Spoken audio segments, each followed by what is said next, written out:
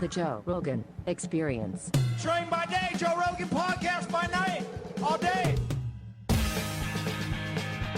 Okay, we're live, everybody. Great to have you guys back on the show. And Graham, the last time we were together was pretty wild. That Flint dribble guy is pretty nutty, and I got a bunch of really crazy comments about that encounter. I think his university tenure might be in jeopardy as a result. Well, that shouldn't surprise me, Joe. He is a bit of a goofball, to say the least, and I feel that his overall approach to disseminating archaeological data is certainly flawed. However, that is not really the reason I came by today to visit with you. Oh, really? Well, what's on your mind, buddy? Well, this is a little off-brand for me, but I wanted to discuss these many sightings in New Jersey and elsewhere of these supposed drones flying about that appear to be able to do so unobstructed by any government agencies. At least that's how it appears.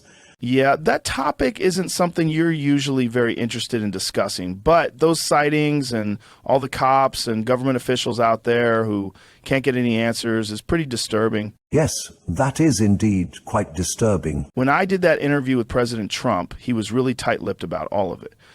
Then his press secretary comes on and basically says that the FAA had authorized those flights. And it is that particular circumstance, Joe, that I wanted to discuss. I mean, how is it that an agency like the FAA can authorize flights, yet no one seems to know who or where those authorizations may have come from? Yeah, I've seen quite a bit of video footage from people on the ground, and some of it looks like it could be drones, but a lot of it sure looks like something else entirely. I mean, some of them were awfully big, like the size of a truck or something. Yes, and they have flight characteristics that certainly do not appear to be from any known aircraft. However, there may well be secret aircraft that the public is not aware of. Oh yeah, those guys at the Skunk Works said years ago that the stuff from Star Wars had already been accomplished. And I saw one video from LA that looks dead on like one of the transports from Star Wars. Jamie, see if you can bring up that clip. I haven't seen that one, Joe, but the ones I have seen do not appear to be what one might consider normal. Yeah, check this one out, Graham. Here! Look! I don't think that's it. It's not over there. Where's the noise? You need to get the boy! What the heck?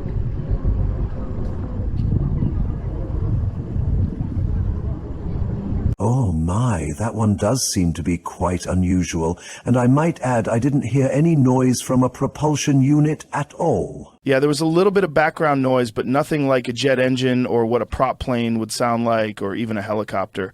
It's pretty quiet if you ask me, and there's no rotors or anything like that on it, so how the hell is that thing flying? Yes, the same question could be asked regarding many of the craft seen over New Jersey, and there have also been sightings in Europe. And many of these sightings are either over or very near to military bases, some of which house nuclear weapons, which, to my mind, is very concerning indeed. Concerning? I'd say it's more than that. I'd say it's downright frightening.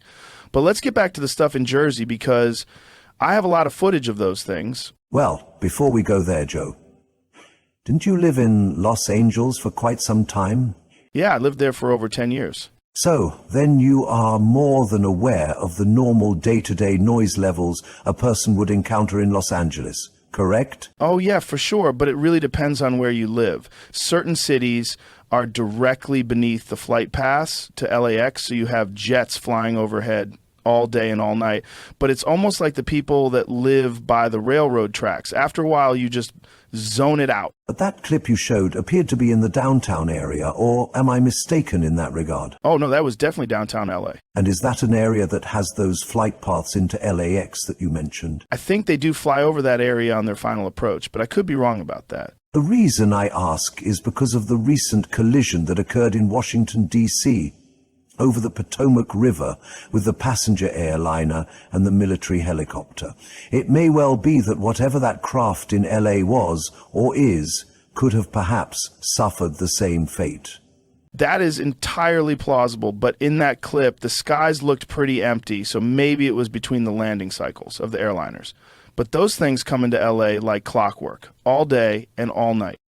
I see. Well then, let's get back to New Jersey, shall we? Now, most of these sightings seem to have been quite close to the ocean, and there have been opinions expressed that say they could be Chinese drones sent aloft from secret submarines. But if that be the case, then why wouldn't the Navy have sonar readings from submarines lurking off of the coast? The United States Navy is awfully good at knowing what is swimming around in the ocean, particularly when that stretch of ocean is right off of the eastern seaboard. Good point, Graham. I doubt that those drones or whatever they are were deployed from some secret Chinese sub. They all seem to be flying in this one specific air corridor, and that's why everybody is saying they're man-made. And some of them could be, but I don't think they all were. Nor do I. I have seen some footage of local New Jersey recreational drones flyers, and even they have stated that many of the crafts flying around don't appear to be anything like what you can buy at the consumer level, so perhaps the more drone-like craft are quite advanced examples and not the everyday type. And the ones I have seen that have been deployed in the Amazon to map and catalog areas using FLIR, forward-looking infrared radar, are quite large, but not as big as a truck or SUV, but rather like the size that would fit in the back of a truck. The other question that comes to mind is the flight time capacity of these crafts. The ones I have seen in South America have truly revolutionized the discovery of unknown sites, but they are very limited in how long they can stay aloft. And these ones in New Jersey seem to remain aloft for quite some time. Yeah, and even the military ones that they call UACs, like the ones used in Iraq, use fuel and have propellers at the rear. Now, those can stay airborne for a long time, but they run on gas and not on batteries. And most of the store-bought drones run on batteries, so they're limited in that regard. Yes, and these drones in New Jersey seem to be flying from dusk until around 11 p.m. or midnight, and that is a pretty long flight time.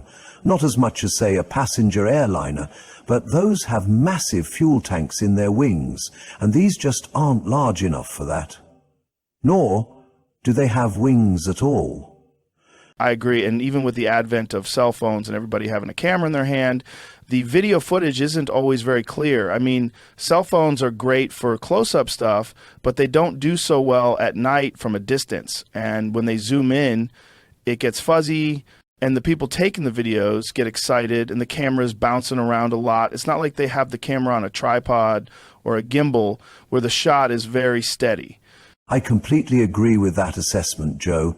However, getting back to my own experience with the ones deployed in South America for archaeological research, I am wondering if these drones are being used for a similar type of ground research, or if they have sensors on them that detect radiation, almost like a flying Geiger counter, or some other form of ground detection capabilities like precise mapping. But whatever their true purpose is, it seems as though the government doesn't want the general public to know what that is.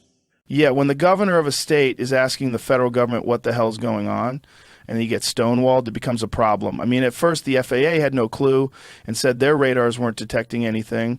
And then later they said these were all authorized flights. And that is completely contradictory to what they said before. Just like with the Roswell thing, where they said they found a flying saucer and then changed it up and said it was a weather balloon. It's just typical government doublespeak, if you ask me. Absolutely, Joe. And let's face it, governments all around the world are quite capable of misleading the general public when they want to.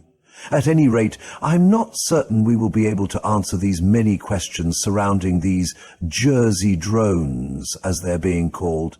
And we may have to wait and see what the eventual outcome will be in regards to their true purpose or even their origin. Yeah, you're right about that, Graham. Anyway, it's great to have you on again, as always, and I think we should wrap this one up and put a bow on it. Okay, everybody, we are out of here. Joe Rogan Podcast, check it out. The Joe Rogan Experience. Train by day, Joe Rogan Podcast by night, all day.